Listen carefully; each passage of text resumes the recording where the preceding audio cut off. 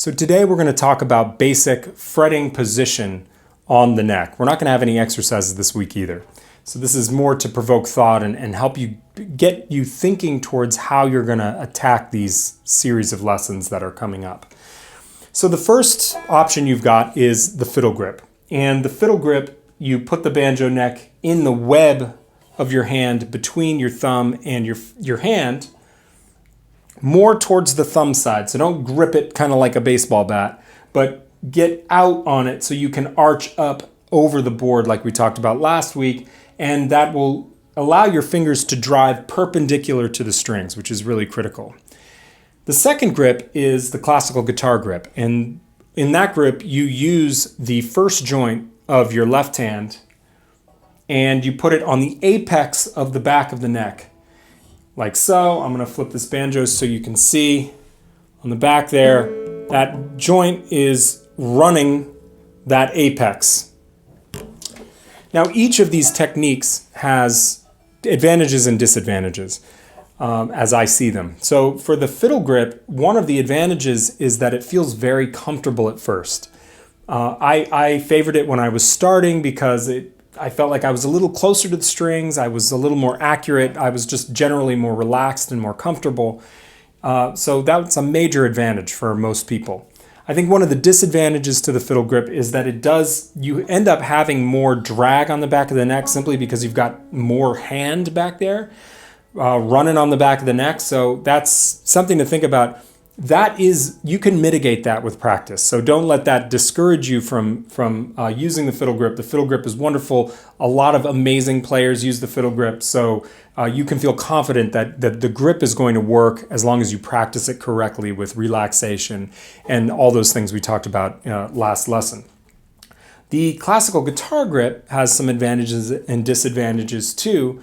One of the advantages, I think, is that it gets you up over the board, which it really arches you up, so you've got a lot of distance between your hand and your strings. You end up building a lot of air. Remember we talked about air last lesson. A lot of air between your palm and the outside of the banjo neck, which is nice for four-finger chords up the neck work where the neck inherently gets wider, which is why I like the classical guitar grip for that. I'm really arched and poised over the neck for more full-fingered chords.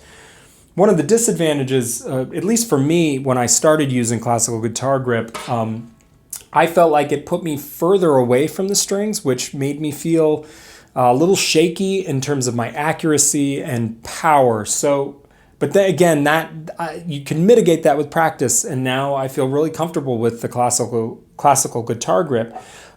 So I'm presenting you these two grips, but they're really two opposite ends or two ends of a spectrum of grips. They're not really opposite, but there is a spectrum of grips. And I think the real important thing that you realize is, you've got these two ends of the spectrum, classical guitar and fiddle grip. But then you've got an infinite number of variations in between. And most of the players that I admire can flow between many grips. Like you can see them use different grips on the board when the moment demands it of them. So I think that's a really important take home. Don't feel like you have to be static. Don't feel like you have to pick a camp to live in. You can explore the entire range of grips on the neck and still be well within the bounds of what is right, what is considered right for good clawhammer or banjo technique. So this is to encourage you to explore that, because as a musician, remember we talked about this early on in Banjo Blitz, we are deliberate thinkers. We're deliberate in the way we approach our instruments.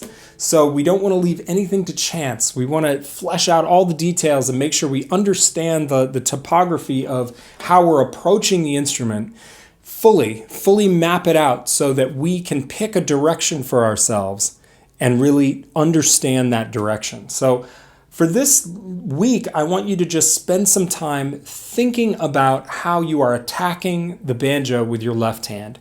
What is your grip like? What does it feel like to hold the banjo? Where is the tension? Where is the banjo resting on your hand?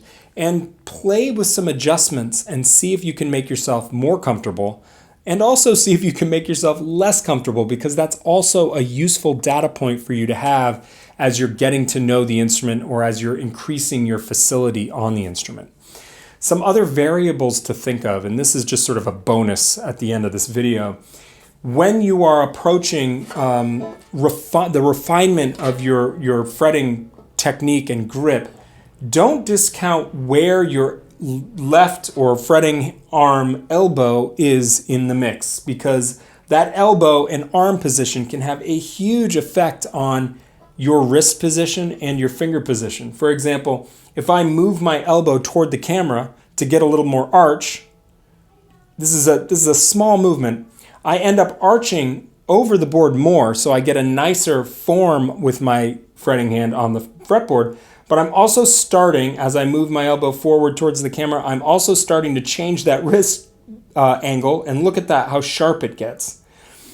And remember, we are always looking for neutral position. So when you start to stray into extreme angles, take note, reset, and try again.